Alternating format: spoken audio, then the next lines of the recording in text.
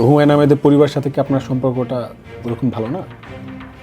আমি নিজে সবসময় একটু খুব একটা যোগাযোগ আমি রাখি না। একটা ছবি আমি পোস্ট দিয়েছি মোশাররফের সাথে, যে দীর্ঘদিন প্রায় 1 বছর পর ওর সাথে দেখা হলো, তারপরে যে সে আমাকে যেভাবে জড়িয়ে ধরলো এবং চোখে তার পানি চলে আসছে। আমারও আমার স্ত্রী এবং আমার কন্যা তো আরও বেশি ভাগ্যবতী। সেই প্রাইজ বন্ডে আবার সে 1 লাখ টাকা পেয়েছিল আমার মেয়ে, এই 5টার থেকে। সেই টাকা দিয়ে আমরা একটা জমি কিনেছিলাম। আবাসনে আস্থার আদর্শ, নতুন ধরা, নতুন প্রজন্মের নতুন পৃথিবী। আসসালামু আলাইকুম, সবাইকে অনেক অনেক শুভেচ্ছা। আমি আপনাদের মহিউদ্দিন রনি। নতুন ধরা presents the brand new show let them জাজের আপনাদেরকে স্বাগত। আজকে আমাদের স্টুডিওতে উপস্থিত আছেন একজন দাপুটে অভিনেতা তো বটেই, তিনি কিন্তু আমাদের প্রজন্মের একজন মিম স্টার। কেমন আছেন স্যার? আলহামদুলিল্লাহ ভালো। আমাদের প্রথম প্রশ্ন হচ্ছে, আপনি নাকি ইয়াং বয়সে খুব লাভার বয় ছিলেন, যখন সুন্দরী মেয়ে দেখতেন তখন নাকি খালি প্রেমে পড়ে যেতেন, এটা কতটুকু সত্য? 100%। 100%। তো পিছনে নাকি ঘুরতেন কিন্তু প্রপোজ করতে পারতেন, এটা কতটুকু সত্য? এটাও সত্য। এটা কারণ কি? পছন্দ করতো না হয়তো বা মেয়েরা আমাকে, সেই জন্য। পছন্দ করতো না, এটার আপনি যেরকম আপনাকে আমরা যেভাবে দেখি, আপনি আমাদের সবারই প্রিয় একটা মানুষ, তো আপনাকে অপছন্দ করার তো কারণে মেয়েরা আরও বেশি পছন্দ করার কথা সাধারণত। না, তখন তো আমি এরকম ছিলাম না। তখন আমি লাজুক ছিলাম, তারপরে দেখতে ভালো না, সেটা একটা ছিল। তারপরে মেয়েরা তো একটু সবসময়ের জন্যেই একটু অর্থনৈতিক দিকটা চিন্তা করে হাজব্যান্ডের। তা আমি অর্থনৈতিকভাবে সচ্ছল ছিলাম না, কারণ আমি ছিলাম আমার বাবা একজন স্কুল টিচারের সন্তান। আমরা 3 ভাই 1 বোন, মোটামুটি নিম্ন মধ্যবিত্তই ছিলাম। কারণ এখন তো আমাদের 16 টাকা দিয়ে ছাগল কেনারও টাকা ছিল না তখন। আমি যে সময় ছোটোবেলার কথা বলছি, এখন 15 লাখ টাকা দিয়ে কেনা যায়। হুমায়ুন আহমেদ যেখানে আপনাকে ছোট ভাই হিসেবে মানত, তো সেই জায়গাতে হুমায়ুন আহমেদের ছেলে নুহাস হুমায়ুন, সেও কিন্তু পরিচালক। তো তার কোনো প্রজেক্টে কিন্তু আপনাকে এখনো দেখা যায়নি। তো হুমায়ুন আহমেদের পরিবারের সাথে কি আপনার সম্পর্কটা ওরকম ভালো না? খারাপও না। আচ্ছা, কিন্তু দেখা যায়নি কেন? আমি নিজে সবসময় একটু খুব একটা যোগাযোগ আমি রাখি না যে কাজের জন্য যোগাযোগ করতে হবে, এরকম আমার জীবনের ঘটনা নেই। হুমায়ুন ভাই একদিন বলছিলেন, হঠাৎ করে একদিন বলছেন যে তুমি আমাকে ফোন দাও না কেন। হুমায়ুন ভাই বলছেন, আমি মিটিং বসতাম তো প্রায়, তা বলে ফোন দাও না কেন। আমি যে কেন ফোন দিই না, তুমি বাসায় ফোন দিতে পারো না। আমি যে কেন, কী জন্য? আপনি তো শরীরের জন্য, যখন শুটিং না থাকে আমি ফোন দিয়ে জিজ্ঞেস করি আপনার শরীর কেমন আছে, বা আপনি অসুস্থ হলে আমি দেখতে যাচ্ছি, ফোন কিসের ফোন দেবো? কেন তুমি যে ফোন দিবা না, যে নাটক বলবা যে আমি একটা নাটক করতে চাই, আপনার নিবেন আমাকে, এরকম ফোন দিবা না আমাকে। কেন, আপনি তো আমাকে এমনি নেন। না দিলে, এটা দিলে তো আমার কাছে একটা লাগে যে তুমি ফোন দিচ্ছ, সবাই দেয় তুমি দেও না, তোমার এত বড় কি, এত বিরাট অভিনেতা হয়ে গেছো তুমি, যে তুমি ফোন দিবা না। আমি তো এরকমই, আপনি তো আমাকে এমনি নিচ্ছেন, আমার আর ফোন দিয়ে তো আপনার জ্বালানোর কোনো দরকার নাই। না, তারপরে হয় না, একটা মানুষের তখন তো ভাব আসে, বুঝলো তো, যে ফোন দিছে আমাকে, ফোন দিয়ে চাপানা নাটক আমার কাছে, এরকম মজা করতাম। কাজে আমি কাউকে কখনই ফোন দিই না, এখনও দিই না। আর আল্লাহ যেন না করে যে কাউকে ফোন দিয়ে আমার অভিনয় করে পেট চালাইতে হয়। আচ্ছা ফারুক ভাই, যারা মিডিয়া ইন্ডাস্ট্রিতে কাজ করে, তো তাদের মধ্যে অনেকেই কিন্তু গাড়ি বাড়ি অনেক কিছু করে ফেলেছে। আপনিও কিন্তু একদম জনপ্রিয়তার শীর্ষে ছিলেন। তো আপনার যে লাইফস্টাইল, সিম্পল লাইফস্টাইল, তো এটা দেখে অনেকেই ধারণা করে যে আপনি তেমন একটা কিছু করতে পারেননি। আসলে কি কিছু করতে পারেননি, নাকি সব কিছু সেভিংসে রেখেছেন? না, ব্যাংকে খুব নাই। আমার বাড়ি আছে, ফ্ল্যাট আছে নিজের ইস্কাটনে, আর বাপের থেকে পেয়েছিলাম ফ্ল্যাট 3টা, এর ভিতরে 2টা বিক্রি করে ফেলেছিলাম। আর আমি সম্প্রতি একটা বাড়ি করেছি মানিকগঞ্জে, 1 বছর হলো, ওইটা ডুপ্লেক্স একটা বাড়ি করেছি। আর একটা ভাঙা গাড়ি আছে, এটা চেঞ্জ করিনি, কারণ আমি আসলে বৈষয়িক এই ধরনের চিন্তা আসলে আমার বাবা শিখে গেছে, এরকম নাই। যেগুলি করেছি সেটা আমার ফ্যামিলির কারণে যা করা।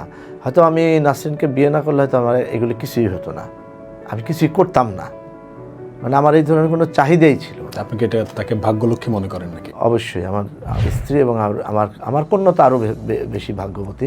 আমি যে বাড়িটা করেছি গ্রামে মানিকগঞ্জে, এখানে 1 বিঘার মতো জমি।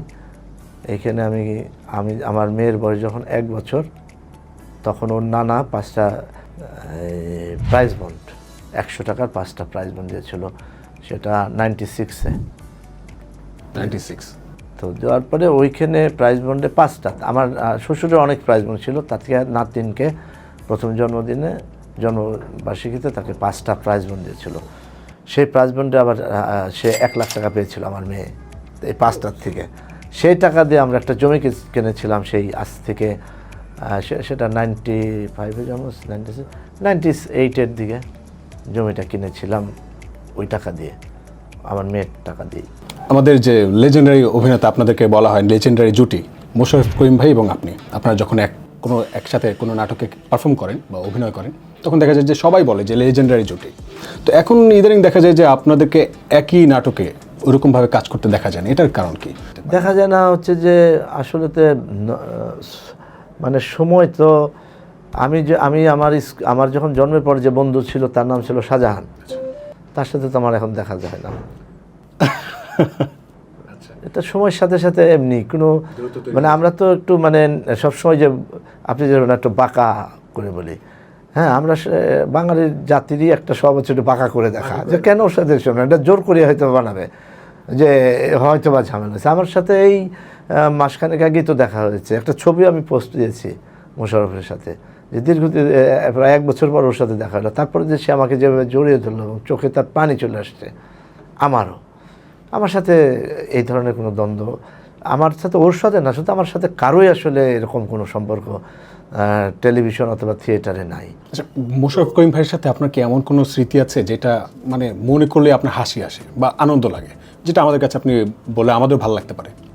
না, এরকম স্মৃতি মনে কি আসলে যখন শুটিং করি তখনই তো অনেক অনেক কিছু ঘটনা ঘটে, যেগুলো স্মৃতি। যেমন রিসেন্টলি আমরা মানে শেষ একটা নাটক করলাম, ভাইয়ের ঘাড়ে ভূত, আমি থাকি ভূত আর কি, ও ভূত দেখে, এটা নিয়ে একটা কাহিনী থাকে। তো আমাকে কতটুকু পছন্দ করে, মোশাররফ করিম তো একটা অনেক বড় মাপের অভিনেতা আমার কাছে, নিঃসন্দেহে অনেক বড় অভিনেতা সে। তো এই নাটকটা করতে করতে যেহেতু আমি ভূত, ও তো আমাকে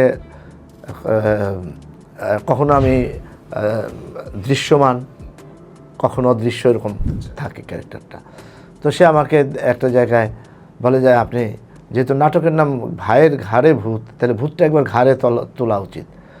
তো পরে সে আমি যে তোমার ঘাড়ে আমি উঠবো, তুমি এতবার একজন ঠিক হবে না, এটা আমি করতে চাচ্ছি না আমার জায়গা থেকে, এটা কেন করবো? তারও তো বয়স হয়েছে, ঘাড়ে ওঠা। আর আমি সে আমাকে না না, এটা কিন্তু নাই দৃশ্যে।